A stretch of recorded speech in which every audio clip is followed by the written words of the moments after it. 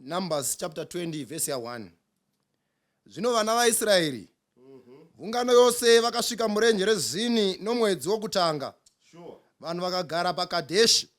Miriamu akafirapo akavigwapo. Ipapo pakanga pasine mvura yokumwa yeungano yose. Zvino vanhu vakaunganira kuna Mozisi naAroni. Vanhu vakarwana Mozisi vakataura vachiti, dai takafa hedu nguva yakafa hama dzedu pamberi paJehovha. Makauyisireiko ungano yaJehovha murenje rino kuti tifiremo isu nezvipfuwo zvedu? Makatibudisireiko muIjipita kuzotiisa panzvimbo iyi yakaipa? Haisi nzvimbo yembeu kana yamavonde kana yemizambiringa kana yamatanda nemvura yokumwa hapana. Ipapo Mozisi naAroni vakabva paungano vakaenda kumukova wetende rokusongana. Vakawira pasi nezviso zvavo. Kubwinya kwaJehovha kukaratidzwa kwavari. Zvino Jehovha akataura naMozisi akati, tora tsvimbo unganidze ungano yose, iwe naAroni mukuru wako, mutaure nedombo pamberi pavo kuti ribuditse mvura yaro. Unofanira kuabuditsira mvura padombo umwe ungano nezvipfuyo zvayo. Mwari vakomborere kuverengwa kwezwi ravo. Ngatinamatei. Baba edu anodikanwa, anobata ushe panyika nekumusoro kudenga. Tine urombo patinoya pamberi penyu. Nekuti nguva zhinji takadaidza yo greatest enemy father. Tikazviisa pasi peutongi hwake. Panguva ino yatinouya tinotsvaka nyasha nekusimudzwa nekudzikinurwa. Tibatsirei shoko renyu ritaure kwatiri. Tibve mune chimwe chimiro chekutenda tiinde pane chimwe chimiro. Uku ndo kunamata kwedu muzita raJesu tinonamata. Amen. Ndoda kuchingamidzai mose muzita raJesu. Ndoda kutenda Mwari nekuverengwa kweizwi rake. Soro wenyaya uri kutiko Zvaa Zvanzi Kudii. Kwete zvanga zvanzi kudii. But Zvaa Zvanzi Kudii. Regai titsvake yatingati punguroziyamu yenyaya. Kutsvaka background. Tironde kuona kuti zvafamba sei patasvikapo. Na unorondo inotaura vana vaIsraeri vaburitswa muIjipita. Vakananga Kenani kwakavimbiswa naMwari. Saka vari mukati menzira. Bhaibheri rinoti vakasvika pazini. Panga pasina mvura. Vana vaIsraeri ndobva vaungana. Ndobva vachema kuna Mozisi. Vakati wakatiburitsireiko kuEgypt? Uchitiunza munzvimbo ino kuti tiparare tiri mukati menzvimbo ino iyi. Ngaindikudzei vana vaMwari. Mwari ari so particular nezvinhu zvake. Uye Mwari zvaakatema azvikoni. Regai nditange ndataura kushamwari dzangu. Dzimwe dzinganamata mamwe mazuva akasiyana asiri muBhaibheri. Mwari wokudenga anokudai. Nemi munomuda. But chinhu chamunoziva chamunofanira kuchengeta ndechekuti God hates an error. Nerimwe zuva error will cease to exist. But dambudziko richaitika nderekuti nevakararama muera vachaparara pachaparara era. Saka Mwari is so particular nezvinhu zvake. Vana vaIsraeri vasvika vanoenda kuna Mozisi. Ende chapter ichitanga inotanga zvisina kumira zvakanaka. Inotanga nerufu rwaAroni. Inotanga nerufu rwaMiriamu. Idzi ndo dzaiva mbiru muministry yaMozisi. Ndo akanga ari mapila pakufamba kwerwendo. Mukatsanangura nokudzidza Israeri yapatsanura vapinda paRed Sea. Bhaibheri rangu rinoti Miriamu ndo akatetsura rumbo.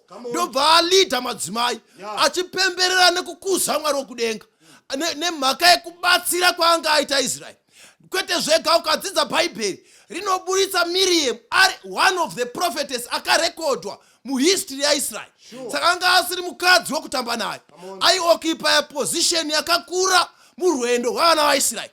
Ukadzidzawo nezvaAroni. Aroni haasi muchinda wokutamba naye. Mozisi aramba andigoni kutaura. Mwari anoti uende woga. Chienda naAroni. Saka zvazvinoreva ndezvekuti paimiriwa pamberi paFaro pachitsvaka anotaura. Aroni ndiye waitaura kuti Mwari ari kutike auya kuzoburitsa vanhu vake nekunovaisa kunzvimbo yaakavagadzirira. Saka Aroni anga ari pila rakasimba muministry yaMozisi. Nawo ukasvika pachapter ya20 Aroni naMiriamu vanofa sei? Ivo vanga vakakosha muministry. Ukadzokera Miriamu pane nguva anochema. Numbers chapter 12 anoti iko Moses koseiko Mwari vachingotaura newe woga vasingatauriwo nesuwo. Zvikanzi zvakarwadza Mwari izvozvo kuti Miriam anodhimanda nokukweshena Mwari. Mwari nobva ati nezvamaita izvi hamuchapindi Kenani. Mwari ndimwari asingangozotarisi basa rakaitwa. Mwari anotsvaka kuteerera. Ndosaka shamwari dzekwedu dzakaimba kuteerera ndo basi nzira. Saka navo vana vaIsraeri vasvika panzvimbo iyi, Bhaibheri rangu rinotaura vanosvika panzvimbo isina mvura, but presence yaMwari iripo. Nemhaka yei gore raifukidzira masikati riripo, shongwe yemoto manheru iripo, but in the presence of God mvura inoshayikwa. Regai ndikuudzei vana vaMwari, zvinogona kutoitika in the presence of God. Mwana anogona kutanga kuita madrugs yochinamata, uri member yeprayer band, uri elder kuchechi, in the presence of God. Basa rinopera, mukapiwa tsamba yekunzi basa rapera, imuchangobva kukempi. Moti zvafamba sei, isu Mwari tichimunamata, zvinoitika, message inosvika, tete vashaya neaccident, sekuru vashaya neaccident, zvaitika sei, zvinoitika in the presence of God. Mwari anogona kuitira kuti mvura ipere mupresence yake, kuti azviratidze ndi Mwari. Saka mvura inopera, ivo vana vaIsraeri vachitungamirirwa naMwari, evidence yepresence yaMwari iripo pamberi pavo. But zvakadaro mvura inopera. Chinondishamisa kuIsraeri, mvura yapera. This is not the first time yavanosangana namatambudziko. Nguva zhinji Israeri yakasangana nedambudziko, Mwari akazviratidza. Panguva yeRed Sea, Farao osvika, Mwari akatsemura gungwa, vakafamba pakaoma, vakasvika panzvimbo dzakasiyana-siyana, paiva nemvura yaivava pamara. Mwari akashandura mvura ikamwika. Vana Dhatani naKora vakapandukira Mwari, Mwari akapatsanura nyika, nyika ikavamedza, vanhu vachiona. But vasvika pazini vanokangamwa zvakaitwa naMwari. Kune vanhu vazhinji vakaropafadzwa naMwari, but paakasangana namatambudziko vakakangamwa Mwari zvaakaita kumashure. Vanoti kana vatarisa nedambudziko vanoti Mwari watiseka, Mwari haana hanya nesu. Israeri iri kuchema, nyambisirwa ndiye Mwari uyu akavasimudza kubva Ijipita. Saka kuna vatendi vazhinji vanoti kana vasangana namatambudziko vanokangamwa kuti mwana paakamborwara paya Mwari akavakundisa. Vanokangamwa kuti sekuru paakamboperwa nebasa Mwari akazovapa rimwe. Iye Mwari akazviita achazviita zvakare. Vanokangamwa. Israeri yakangamwa kuti pane hondo dzepamara, pane hondo dzepaRed Sea, pane hondo dzakarwiwa naMwari. Mwari akazviratidza. Navo vasvika pazini vakangamwa experience yeRed Sea. Hausi iwe here uripo wakangamwa zvakaita naMwari. Experience yeRed Sea yeupenyu hwako waikangamwa nekuti uri pazini. Mwari atikangamwa. Ende vanotarisa situation yeEgypt, votarisa situation yewilderness, vobva vati kuIjipita kwakuri nani. It was better kunge tiri muslavery, tiri kuIjipita, than to enjoy freedom in the wilderness. Zvaiva nani. Enda vanyarari ipapo vanodei takafa hedu nevaya vapi. Vana Dhatani naKora vakati Mwari akati ngatipatsanurei tiise vanoda kuteera Mozisi voenda uko, vanoda kutevera Dhatani naKora voenda uko. Bhaibheri rinotiko nyika yakamedza vakaenda uko, but ivo vanoti zvaitova nani kufa nevasingatendi. Nemhaka yekuti vasvika pazini pavapinza padambudziko, vazhinji vatendi kana vapinda padambudziko vanokweshena Mwari.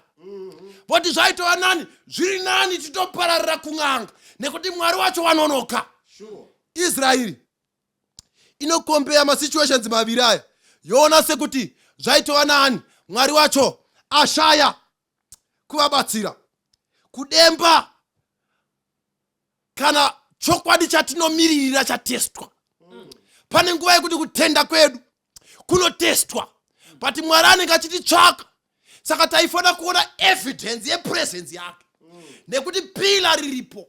But vazhinji paanopinda kutenda kwavo pakunokwesenwa, anotuka Mwari.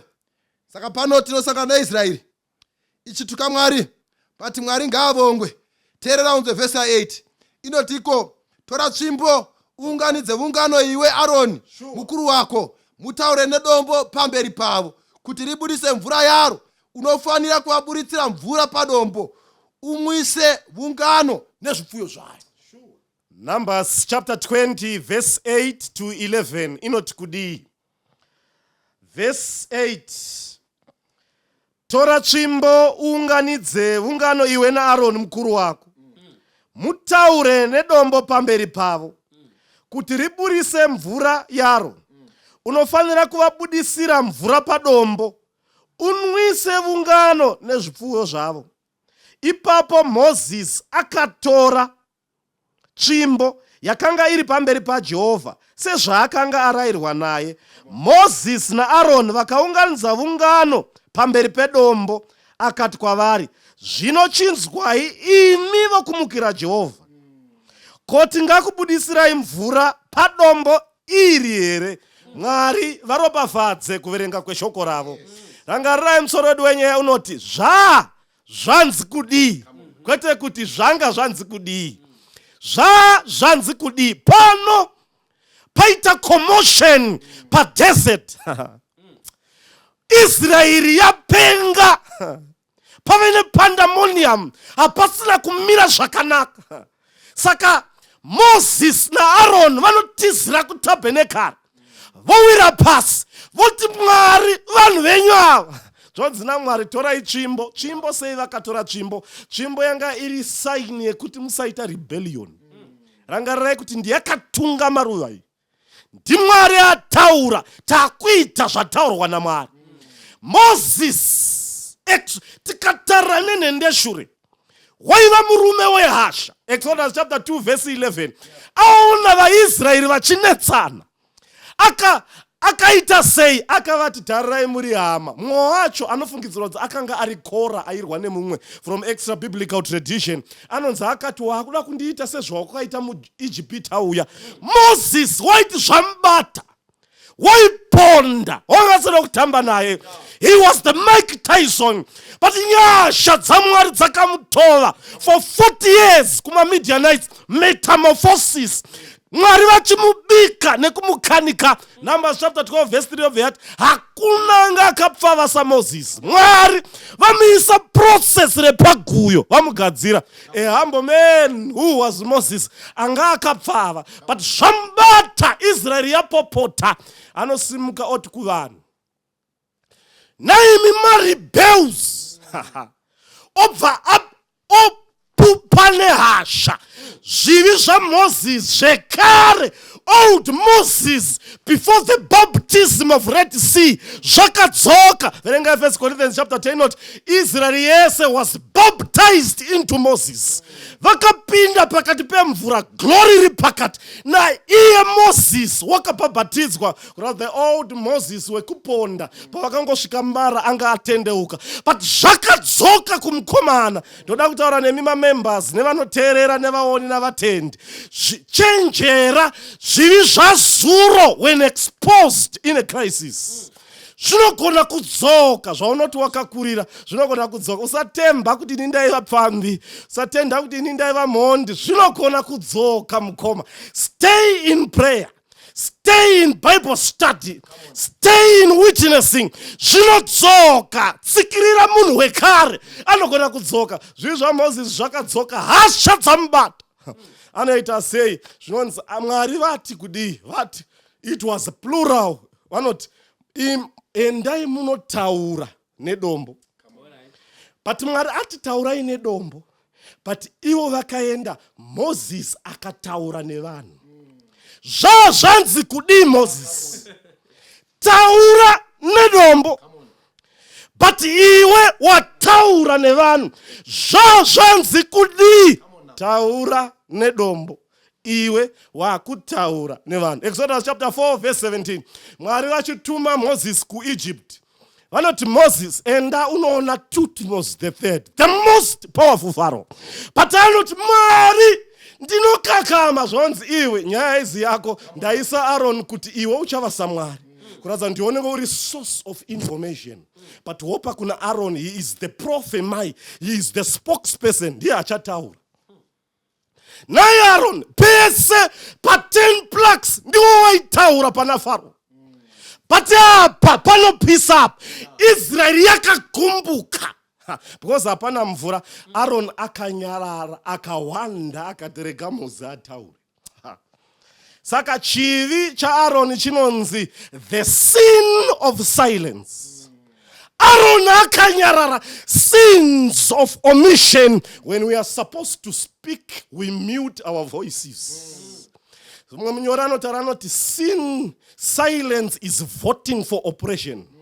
So the silence of Moses was an approval from the rebellion of Moses.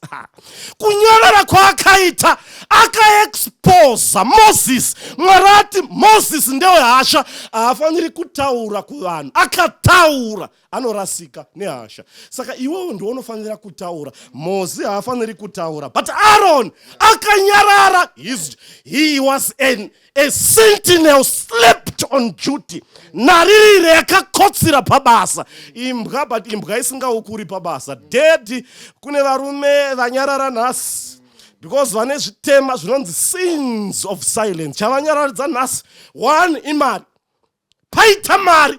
They cannot preach the truth because of money. Wanyarara imwe yacho power ndikataura kuvanhu. Constituency ichandiramba. Saka ndoita say, let me use double dealings of quiet diplomacy. Let me be silent.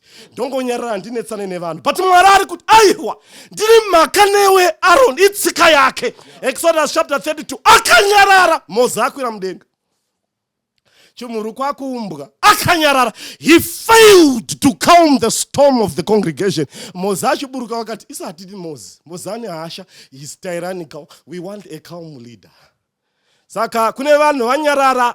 Chokwadi chaMwari chichitsikirirwa pasi. Chechi yaMwari chifanira kutungamirirwa. Sins of silence. Mwari ari kuti vakadaro ndine makanemi. Chero musina kuzviita pamakanyarara. You voted for rebellion. Saka vanoti Mwari vanoti newe Aaron wakavota for rebellion and waka-expose Moses. Wakamuisa panopisa. Number 2, chivi cha Moses. Zvaa zvanzi kudii nai Moses. Taura nedombo. Iwe Moses wakuadresa vanhu.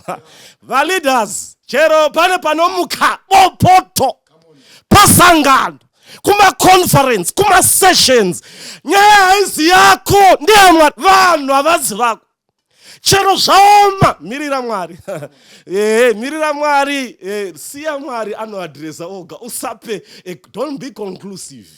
Saka Moses anoenda say mukarangarira zvekare vachangokrosa Red Sea zvinonzi paRefidim. Mvura yanetsa Mwari vanoti rova Moses. Moses anorova mvura paRefidim. Mvura ikabuda. Kurova kwaakaita word rinonzi his. He slaughtered the rock. Slaughter. Kwave kuuraya mhuka. Zvinonzi he killed the rock. Inoita se broken English. Yaireva kuti the cross Jesus was killed. Because Jesu ndiye dombo. Apa Mwari ari kuti Jesu akatofa. Zvakatoparidzwa in typology. Apa chitaura nedombo kudzidzisa Israeri kuti kana vaomerwa they ask blessings from the rock. But iye anoenda nehasha Moses. Onorova dombo kairi kuti pa kaviri. Israeli yakatarira. Orova kaviri vanostada nekupenengura bhebheri vanoti double striking. Yaitendeka Mwari vaitendeka kuti zvamaita izvi kaviri imhosva yaMoses, imhosva yaAaron. Because Moses wanyarara. Newe waita inonzi sin of commission. Zvaa zvanzi kudii. Taura nedombo usataura navanhu. Semunguva dzekuomerwa as leaders. Tinotsvaga kunetsana nevanhu tichadza kupedzerana nedombo.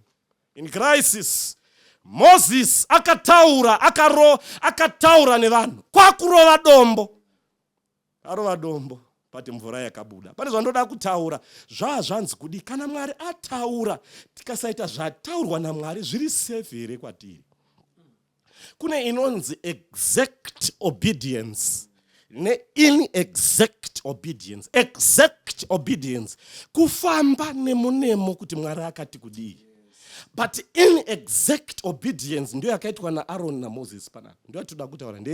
Vanotisa kuchirungu vanoti inexact obedience ine makumbo mairi. Inogona kureva pekutanga to be in a state of knowledge but without accuracy. Kuti unogona kunge uine ruzivo rwakawandisa but wongoita zinyekenyeke kuti I don't want kuenda nemo but iwe uchiziva. That's number one. Number two is to be certain kuti chokwadi unacho but wakaperera but you certain without knowledge. Hauna ruzivo but inokwana apa. Ndeipi yakaitwa nevakomana ava. They were having a full state of knowledge but havana kuita with accuracy. Zvaa Zvanzi Kudii konhasi zvinoreveko pamusoro pe inexact obedience. Kana Mwari achiti sabata ngarichengetwe, imi mobika moita madhiri nesabata, musiye makavhura mabusiness moti Mwari anoziva. Zvaa Zvanzi Kudii naMwari. Kana imi muchinovhunzira kun'anga moti handezvekungoti gumbo vari kurwara tikangonovhunzira ka 1 tatopedza. Zvaa Zvanzi Kudii naMwari. Pamunobvunzira shuwa basa ranetsa but munoenda muchinogeza chifumuro muchipopota mutoilet. Zvaa Zvanzi Kudii naMwari. Saka to be in a state, saka Moses anga ajaira experience yekurova dombo. He used formalism kuti paenda kamborova saka apa futi rega ndirove. Zvaa Zvanzi Kudii. Mwari vatirova kana kuti vatitaura. Vamwe vanoshandisa experience avachatarisi kuti Mwari ari kuti kudii. Pane dzimweni dzenguva mukatarira Mwari vakarova katu but Mwari atitaura nedombo. Dai Mwari akavanyadzisa vaifa nevanhu. Vakarega kuti mvura handibudi vaiparara ipapo. Saka Mwari akati handivanyadzisi ndoita sei? Varova havo mvura kaviri but regai. Varova havo dombo kaviri regai nditendere mvura ibude. Ndoda kutaura nemi vana vaMwari. Pane pamakarova dombo kaviri asi Mwari akakutendera kuti mvura ibude. Watobva kuupombwe. Wakatoenda muchechi ukamaunda pulpit uri mudikoni uri elder. Ukatoparidza madhimoni akaenda. Makarova enyu dombo kaviri asi mvura yakabuda. Mwari vakati for the sake of the congregation rega ndiradze simba rangu. Tererai gatase mukati meBhaibheri. Murume anonzi Eli anga asingachengeti nekurayira vana vake zvakanaka. Akarova dombo kaviri waitadzira Mwari. But pamunamato waHana Mwari vakaita sei? Vakati rega nditendere mvura ibude apindurwe munamato wake. Rangarira murume anonzi Samson anonzi akaenda kuGaza akarara akaita upombwe usiku hwese but achibuda imomo zvinonzi achingobuda mweya waMwari wakauya pamusoro pake akasimudza magedhe eGaza. Airema akafamba nawo 60 km akanomakanda mugombo reHebron kuti Mwari ndokutendai mandipa simba. Ichokwadi Mwari angotendera hake.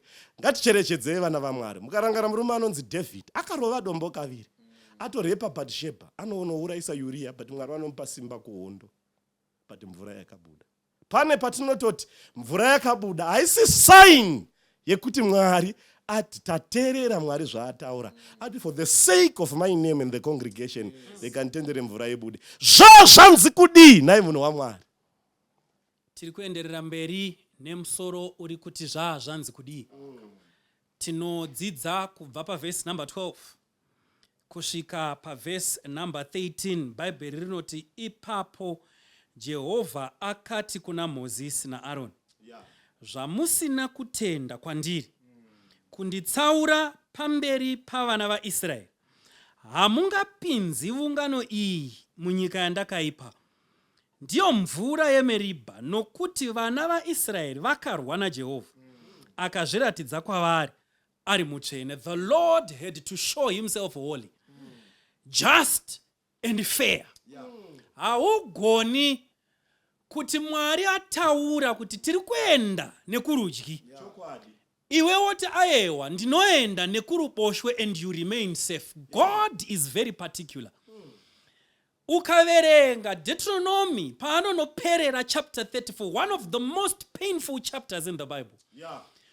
Moses anokwira gomo ofirapo akatarisa Kenani, haana kupinda nekuda kwechivichi.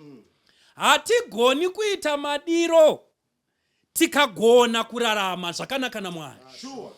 When God has expressed his will, and you know it, you are better off doing exactly what he said. Kati menyika inoi, vanhu vanoda kuti vamwe vanhu vave conscience dzavo. Ndiri kunyatsoziva ini mufundisi usi kuti izvi hazviitwi Mwari haadi. Asi ndinouya kuzokubvunzai kuti munofungei kuitira imimi kana mukati aiwaita you become my conscience. I replace the word of God ne-affirmation yenyu mukati menyika inoi. Chenjera kuitwa conscience yeumwe munhu.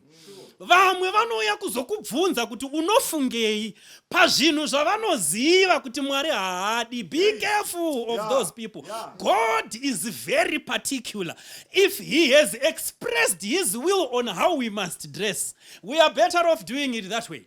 If he has expressed his will on how we must handle our families, we are better off doing it that way. If he has expressed his will on how to run business, make money, amass wealth, we are better off doing it that way. God is very particular. Ndiani angada kunamata Mwari anoti chero zvawaita mvenge Mwari okundwa here nemitambo ine mirayiro, okundwa here namadzishe ane nyika dzine murayiro. When the Lord has spoken, he has spoken and he is particular.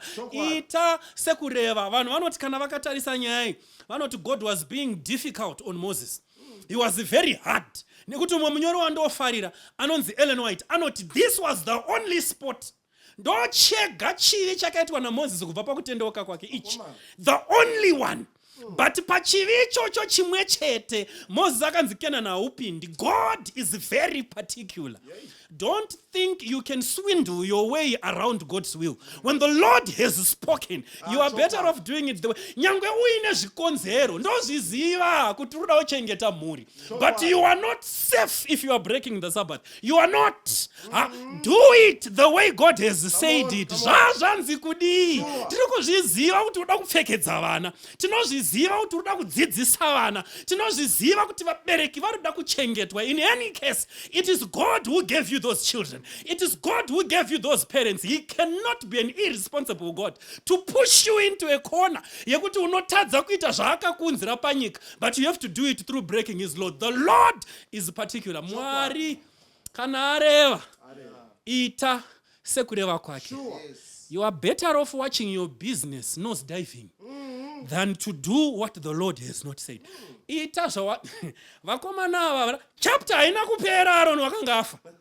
Chapter haina kupera Aaron akanga afa. Deuteronomy achinongonosarenda nyika mumaoko aJoshua.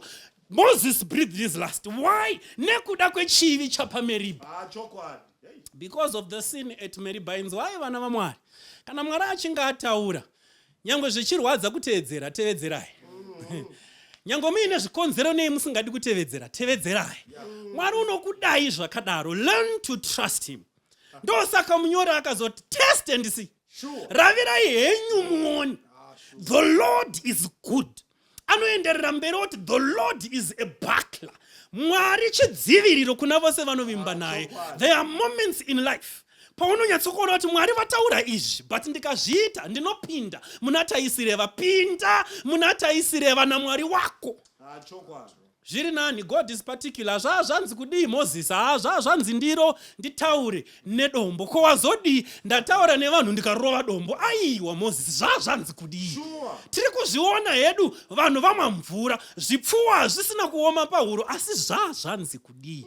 Ndakatarisa nyaya iyi ndikati dai Mwari akagona kuzviita hake mamboiguma kuti Moses anorova dombo kaviri, orirova kaviri roramba rakaoma zvaro.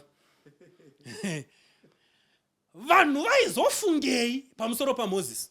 Number 1, pamusoro paMoses vanhu vaifungei? Number 2, pamusoro peoffice yaMoses. Nekuti Mwari abva naMoses kuna Exodo achizvishambadza pamberi pevanhu. Ndini ndakaisa Moses apa, ndini ndakaisa Moses apa. Saka people know that Moses is here by divine appointment. Vanhu vanoziva kuti Moses ari pano wakaiswa naMwari. Chaita kuti vanhu vaumbe chimhuru pana Exodus 32 inhau yekuti Moses wavanga vachiziva arovera mugomo usiku namazuva mazhinji.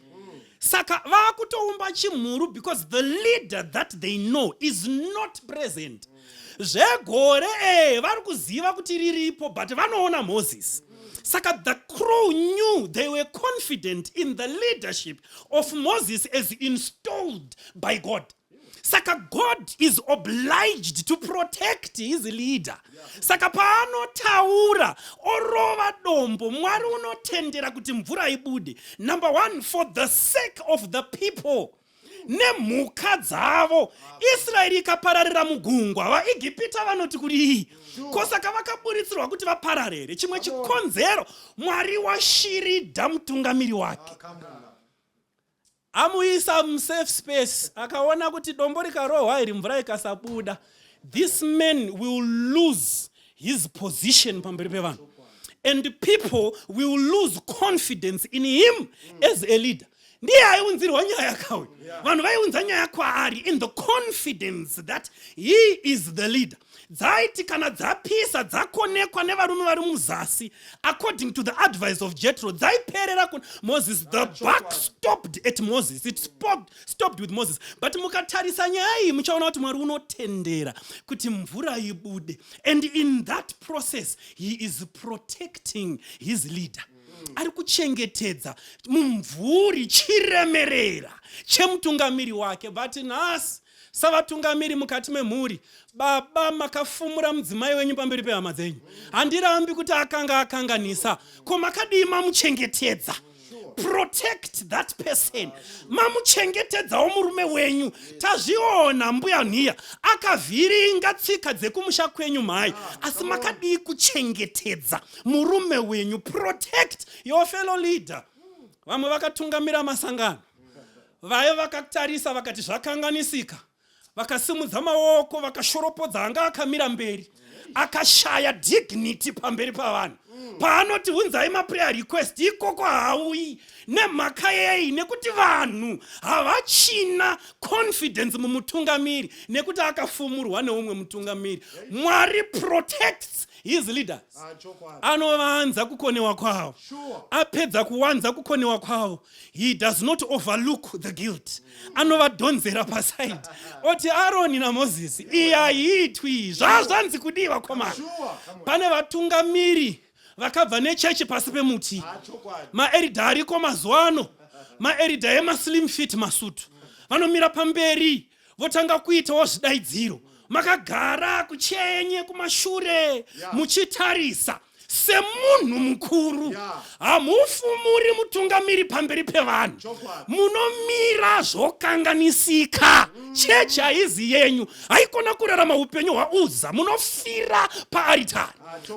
Moenda naye pasaidi, momuonesa, odzoka pamberi pavanhu, ogadzirisa mistake yake, asi nguo yake ichipo. Vamwe vacho vatungamiri vakabva pamberi pesangano vasisina kusimira, nemhaka yekuti umwe mutungamiri nekuda kwembiri nekudiwa kwaona vanhu akatadza kumira pachokwadi. Kwakufumura ndikungotaurawo kuti kubusiness ndizvozvo, but how do you fail to protect another leader? Ukatoona watodaro wabatwa nemweya wembiri, unoda kunzi iwewe ndiwe wakapenga, ndiwe unorira, ndiwe unoziva. Vakaropafadzwa vanochengeta kukanganisa kwevamwe, vokufukidzira pamberi pevanhu, vozodhonzana padivi, votaurirana padivi.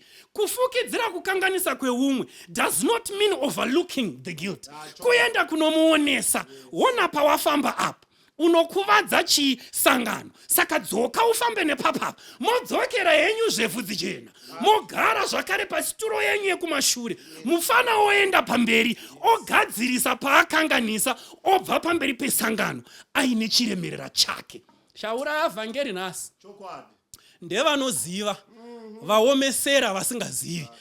Pakutungamira kwese we need wisdom and energy. In all kinds of leadership, we need wisdom, we need energy. The aged bring wisdom, the young bring energy. But when these two fail to work together in this context, tikatadza kuchengetedza vane simba nekuda kwekuziva kwedu, tese vane simba nevane ruzivo tauraya basa. Toda kuti muone chimwe chechipiri chiri kuitwa naMwari apa. Mwari ari kuchengetedza office yaMozisi. Mozisi ari kufira paPisga. Haasi kudarika Nebo. Haasi kuyambuka Jorodhani. But office iri kupfuura. Yani umwe. Office iri kupfuura asi yave neumwe. Moses ari kufira paNebo. But office iri kupfuura. We have a Joshua who is coming. And that Joshua is coming to occupy the same office. Saka kana matadza kuremekedza aripo ko office. Remekedzai uka office. Mufundisi wamunaye areruka pamberi penyu. Haafungi ndizvo tazviona. But madima mango antari kuenda here manje. Chingomusiyai agara hagariko kone kusingaperi. Chingofukidzirai kurema nechiremerera cheoffice. Kuitira kuti anouya arambe aine confidence mumunhu anonzi mufundisi. Anouya arambe mwanasikana wamashorera mai pamberi pake. She is also going to become a mother, but she is going to be a less confident woman because of what you did to her mother. Nekudako zvamakaita kuna mai vake. Komadi maremekedza office. Alright, mwana wenyu mukomana. Matadza kuremekedza murume wenyu, but mune mwana mukomana mumba. Chengetedzai office yemunhu anonzi baba, ichengetei. Office yemunhu anonzi mai, ichengetei. Office yemunhu anonzi tete. Tete vamaona vanoroya tazviona, but kuna vamwe vana tete madi machengetedza office. God is particular. Even when he has put people in leadership, kungava mabasa, mungava mumhuri, kungava kusangano, tichibvuwa nekuwadzana, tichiita zvese zvatingaita kumasowe pasi pemuti pamuhacha kudii. Learn to respect munhu aripo, nekuti in the process munhu iyeye atorwa nenguva unenge waremekedza neoffice. Basa raMwari richafa, kwete nekuti isusu tarikonewa, asi nemhaka yekuti tiri kurwisa basa ratakaisirwa panzvimbo. Ndoda kunamata naari pano anoti ndodawo simba. Ndinodawo simba. Ndiri kudawo simba Mwari. Zvamakataura ndinozviziva. Shoko renyu rakazviisa pachena. Asi ndinongoita zvinhu nenzira yangu. I always choose my own way of doing things. Asi Zvaa Zvanzi Kudii. Zvaa Zvanzi taura nedombo Moses.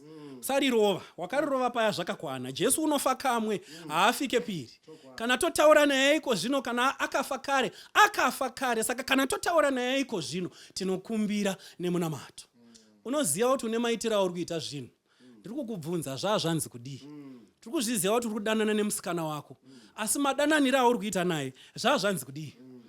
Business riri kutofamba, Mwari ngaakudzwe. Tiri kungobvunza kuti Zvaa Zvanzi Kudii pamararamiro ebusiness. Muri kupfeka, tiri kukuonai. Aiwa muri kuita zvakanaka, munofukidza muviri. Asi Zvaa Zvanzi Kudii. Zvaa Zvanzi Kudii. Tiri kuona madigiri ari kuungana nekuwanda kwawo. Ari kuungana, Mwari ngaakudzwe. Asi Zvaa Zvanzi Kudii. Kana uripo, unoti ndinodawo kutsvaka mukati meshoko raMwari kuti Zvaa Zvanzi Kudii. Tiri kunamata Mwari mumweya nezvokwadi. Totsvaga sabata redu. Asi nyangwe riri iro renyu ramunoti ndo renyu, zvakanzi kudii pamachengeterwe aro. Ko zvamunoti kana mobva kumisa mangwanani paya, mobva kusvondo, munoenda movhura matakshop nekuenda kumabasa, mowacha nekumwa zvinodhaka. Zvaa Zvanzi Kudii. Pasabata racho ramunoti ndiro imimi, iroro hatisi kuda kutaura kuti nderipi. Ramunoti ndiro imimi, ramunoti kana taverenga ndo zvatonzwisisa izvo. Muri kurichengeta here sekureva kwarakaitwa? Zvaa Zvanzi Kudii. Baba edu vanodikanwa, vanobata ushe panyika nekumusoro kudenga, toda kutendai nekuti mataura. Tatarisa nhoroondo yemafambiro neupenyu hwedu, tikaona zvizhinji zvatiri kuita zvinopesana nezvamakataura. Tibatsirei kubva nhasi tichienda kumberi, titeererewo izwi renyu, tirarame nekuti zvanzi naJehovha. Toda kutendai nekuti muchatibatsira. Chatokumbira panguva ino isimba, kuti zvimwe zvacho zvatova zvijairira zvaamuropa. Mukatisiya takadaro tingaparara. Maita yenyu muri Mwari asingazofa akaapuruvha zvisizvo. zvamakatema zvinofana kuteedzwa. Tibatsirei Mwari, so that we trust and obey your word. This is our humble prayer in Jesus' name we pray. Amen. Bibeli nyenyezi yapiwa wafambi wese kutungamira zampupurizo zisingazo dzimi kujeka kwangu kunotipenyera ndipe Bibeli masoko machene dinotewera kujeka kwaro zikomedzo zvidzidzo mutemo nerudo zvese zvakumbanamo ndipe Bibeli apo ndatambudzwa ngezvitema neurombo hwazvo ndipe mazviyo Jesu ataura kunditondedza aripo pedyo ndipe Bibeli masoko machene ndinotevera kujeka kwaro zvikomedzo zvidzidzo mutemo nerudo zvese zvakumbanamo ndipe Bibeli ndinofamba naro rinditseure nezvakaipa mwenje weruponeso munedima kundipangidza nzira kudenga ndipe Bibeli masoko machene ndinotevera kujeka kwaro zvikomedzo zvidzidzo mutemo nerudo zvese zvakumbanamo ndipe Bibeli mwenje weupenyu usingagumi newakanaka rindiratidze rujeko rwa Jesu rindionese mbiri kudenga ndipe Bibeli masoko machene ndinotewera kujeka kwaro zvikomedzo zvidzidzo mutemo nerudo zvese zvakumbanamo ndipe Bibeli masoko machene ndinotevera kujeka kwaro zvikomedzo zvidzidzo mutemo nerudo zvese zvakumbanamo zvikomedzo zvidzidzo mutemo nerudo zvese zvakumbanamo zvikomedzo zvidzidzo mutemo nerudo zvese zvakumbanamo